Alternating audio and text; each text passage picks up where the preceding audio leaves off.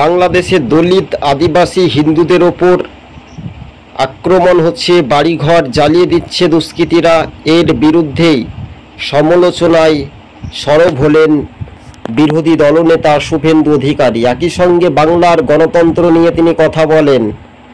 বাংলাদেশের মতো এই রাজ্যের ঘটনাও ঘটবে, এক সময়ে না এক সময়ে হবে।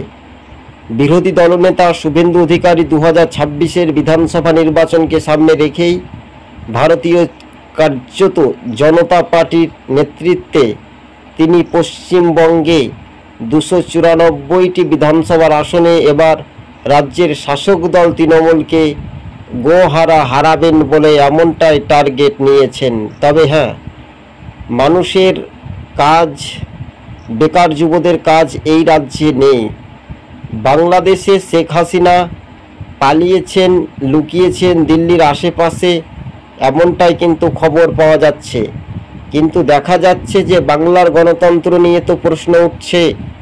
একাধিক হিন্দুদের বাড়িতেও আক্রমণ হয়েছে, পঞ্চায়েত ভোট পরবর্তী হিংসা নিয়েও শুভেন্দু অধিকারী সমস্ত তার মনের যন্ত্রণা বেদনা তিনি প্রকাশ্যেই তুলে ধরেন। এমনকি স্বরাষ্ট্রমন্ত্রীর সঙ্গে তিনি বৈঠকও করেন। রীতিমতো সেই বৈঠকে সাড়া দিয়ে বাংলাদেশের সংখ্যালঘু, আমরা বলতে পারি যে হিন্দু, তাদের বাড়িতে যেভাবে আক্রমণ হচ্ছে, তারা মার খাচ্ছে, আর এই নিয়ে রাজ্য রাজনীতিতেই নতুন ভূমিকা হিসেবে দেখা যাচ্ছে। তবে আগামী দিনে যে মানুষের রায় কতটা স্পষ্ট হবে সেটাই পায়ে পায়ে হিসাব নেবে। বিরোধী দলনেতা শুভেন্দু অধিকারী বলেন, রাজ্যের শাসক দল তৃণমূলকে ভোটে হারিয়ে গোহারা বানিয়ে দেওয়া হয়েছিল স্বাভাবিকভাবে। কিন্তু এই রাজ্যে মুসলিম যারা ভোটার, তারা তৃণমূলকে ভোট দিচ্ছে। সংখ্যালঘু ভোট, মুসলিম ভোট তৃণমূলকে দিচ্ছে। কেননা এবার হিন্দু সমাজের ভোটটা পুরোপুরি বিজেপির দিকে এগিয়ে। বিশেষ করে বিজেপি পৌরসভা আসনগুলিতে বেশি আসনে তারা এগিয়ে রয়েছিল লোকসভা নির্বাচনের নিরিখে। তবে দেখা যাচ্ছে যে রাজনৈতিক ভূমিকা নিয়েও কিন্তু প্রশ্ন উঠছে। তাই তো এবার রাজ্যের শাসক দলকে এবার বুঝতে হবে কত ধানে কত চাল। কেননা এই রাজ্যের আইন শৃঙ্খলা পরিস্থিতি বারবার করে যখন সামাল দিতে পারে না এই রাজ্যের শাসক দলের মুখ্যমন্ত্রী, কিন্তু বিশেষ করে একই সঙ্গে শাসক দলের বিভিন্ন দুর্নীতির কথা তিনি সরব করে ফাঁস করেছিলেন।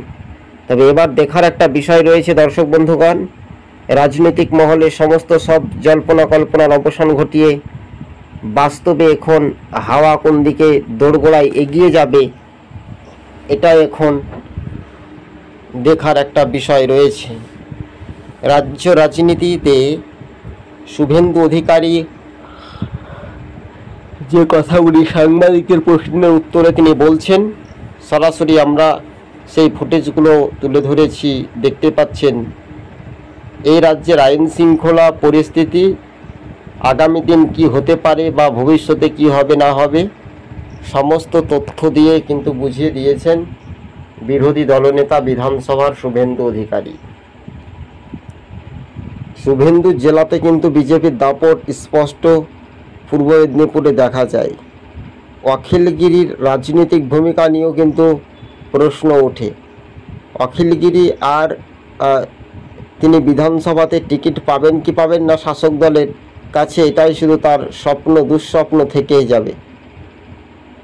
এই রাজ্যের শাসক দলের দিকে দিকে উন্নয়ন কর্মসূচি না হলে তো আর এরা ভালো মন্দ খাবার শাসক দল তৃণমূল খেতে পারবে না। যেই তৃণমূলের প্রধান, তিনি কোটিপতি ঘর বাড়ি করে নিয়েছেন।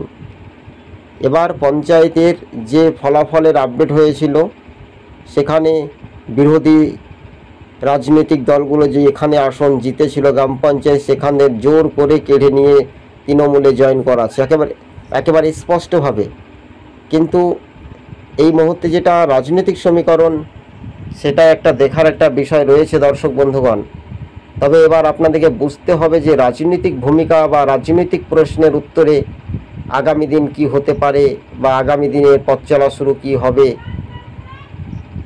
সমস্ত সব তথ্য দিয়েও কিন্তু জানানো যাচ্ছে দর্শক বন্ধুগণ। তবে হ্যাঁ, এবার হাতে নয় ভাতে, তাই এই রাজ্যে শিক্ষা নেই, কর্মসংস্থান নেই, যদিও শিক্ষা রয়েছে তবেও দুর্নীতি রয়েছে। এক নেতা তিহার জেল থেকে ছাড়া পাচ্ছে, তো আর এক নেতা জেলে ইডি সিবিআই তাদের পাশে রয়ে আকুপাকু করে মনোযোগ দিয়ে হাতড়াহাতড়ি করছে। তবে সবচেয়ে বড় কেলেঙ্কারি পশ্চিমবঙ্গের মতো কোনো রাজ্যে দেখা যায়নি। এছাড়াও আমরা দেখতে পাচ্ছি যে স্বয়ং জীবন কৃষ্ণ সাহা তিনি জেল থেকে যখন জামিন পাচ্ছেন, আরও একটা কেসে তাকে গ্রেপ্তার করার সম্ভাবনা বেশি।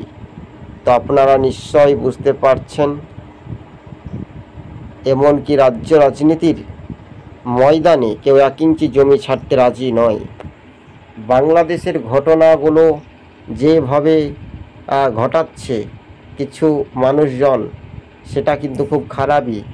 তাই এই সমীকরণ দিকে দিকে কিন্তু দুর্বল হচ্ছে।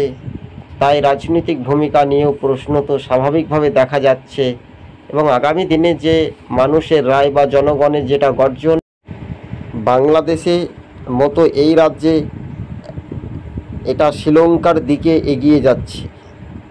যেমন তালিবানি শাসন না কুশাসন চলবে, সারা দেশের জনগণ কিন্তু ভালো করে জানে। এই রাজ্যের গণতন্ত্রের উৎসবের মেজাজে ভোট কিন্তু ভালো করে মানুষ পাচ্ছে না বা দিতেই পারে না এই রাজ্যে। হয় ভোট লুট হয়, হয় মানুষকে ভয় দেখানো হয়। এই বাংলাতে হচ্ছেটা কি, এই মধ্যে সমাজের মধ্য দিয়ে আগামী দিন হচ্ছেটা কি, এটা একেবারে স্পষ্ট। তাই তো এবার এই স্পষ্ট বার্তার ইঙ্গিতে কিন্তু দেখা যাচ্ছে যে রাজনৈতিক ভূমিকা হিসেবে বাংলার যে সংস্কৃত, বাংলার যে রাজনৈতিক ভূমিকা, সেটা রাজ্যের শাসক দল সেটা কি পার পাবে? এটা একটা ভবিষ্যৎ বা এটা একটা রাজনৈতিক ভূমিকা নিয়েও প্রশ্ন উঠছে দর্শক বন্ধুগণ। তবে হ্যাঁ, এই রাজ্য রাজনীতিতে ময়দানে কেউ 1 ইঞ্চি জমি ছাড়তে রাজি নয় স্বাভাবিকভাবে, সেটা এক প্রকার নিশ্চিত হাওয়া বলাই যেতে পারে। এছাড়াও রাজনৈতিক ভূমিকা নিয়েও প্রশ্ন উঠছে। টিভি সকাল ইউটিউব চ্যানেলটি যদি ভালো লেগে থাকে অবশ্যই চ্যানেলটিকে সাবস্ক্রাইব করে সঙ্গে থাকুন। রাজ্য রাজনীতিতে দর্শক বন্ধুদেরকে আরও একবার জানিয়ে রাখি, বাংলাদেশে হিন্দুদের ওপর আক্রমণ হচ্ছে, বাড়ি ভাঙচুর হচ্ছে, জন্য স্বরাষ্ট্রমন্ত্রীর সঙ্গে কথা বলেছেন শুভেন্দু অধিকারী।